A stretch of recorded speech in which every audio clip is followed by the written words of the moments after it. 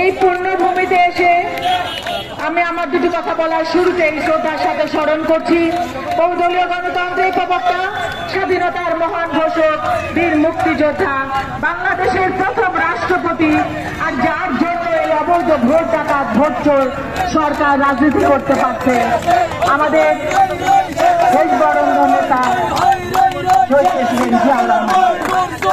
আমি শ্রদ্ধার সাথে স্মরণ করছি যার বলিষ্ঠ নেতৃত্বে এই দেশ এগিয়ে গিয়েছে, যারা দেশ গর্ববোধ করে।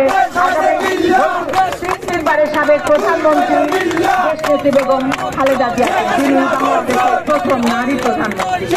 আমি শ্রদ্ধার সাথে স্মরণ করছি যার বলিষ্ঠ নেতৃত্বে আমরা এখন রাজনীতি করছি, যার বলিষ্ঠ নেতৃত্বে 18 কোটি জনগণ জেগে উঠেছে মুক্তিযুদ্ধের জন্য, প্রত্যেকটি অন্যায় প্রতিবাদ করার জন্য সেই আগামী রাষ্ট্রনায়ক দেশ বরেণ্য নেতা জনাব তারেক রহমানকে।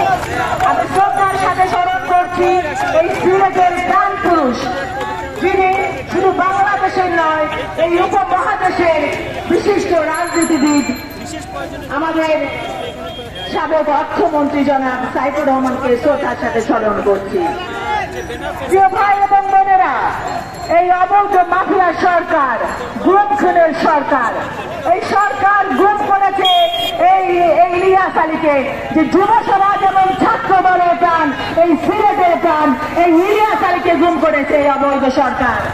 গুম করেছে ইলিয়াস আলীর ড্রাইভার আজহার আলীকে, গুম করেছে আমাদের ছাত্র দলের সূর্য সৈনিক দিনাল এবং জুনায়েদকে, গুম করেছে এই এলাকার বিশিষ্ট ব্যবসায়ী আজিজুর রহমানকে। এই গুম খুনের সরকার, এই গুম খুনের সরকারকে বিতাড়িত করতে হবে বাংলাদেশ থেকে এবং সিলেট থেকেও। তাই সবার আগে এই সিলেটবাসীকে অগ্রণী ভূমিকা পালন করতে হবে এই অবৈধ সরকারকে বিতাড়িত করার জন্য। বাইরে আপনারা শুধু কা কা করবেন না, এখন করতে হবে না না না, আমরা কা কা করবো না। এই অবৈধ সরকার, যে সরকার এই ক্ষুধার্ত মানুষের পেটে লাথি মেরে ক্ষুধার্ত মানুষের মুখের গ্রাস যারা ছিনিয়ে নেয়, যারা ক্ষুধার্ত মানুষের মুখের গ্রাস ছিনিয়ে খায়, তারা কখনোই তাদের পেট ভরবে না, তারা সারা জীবন এই ক্ষুধার্তই থাকবে।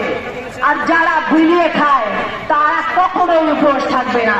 এই অবৈধ সরকার ভোগের রাজনীতি করে, জনগণের কষ্ট উপার্জিত টাকাকে ভোগ করেছে, তারা বিদেশে পাচার করেছে। আর শহীদ প্রেসিডেন্ট জিয়াউর রহমানের দল আমরা করেছি সারা জীবন ত্যাগের রাজনীতি, আমরা করেছি বিলিয়ে খাওয়ার রাজনীতি। তাই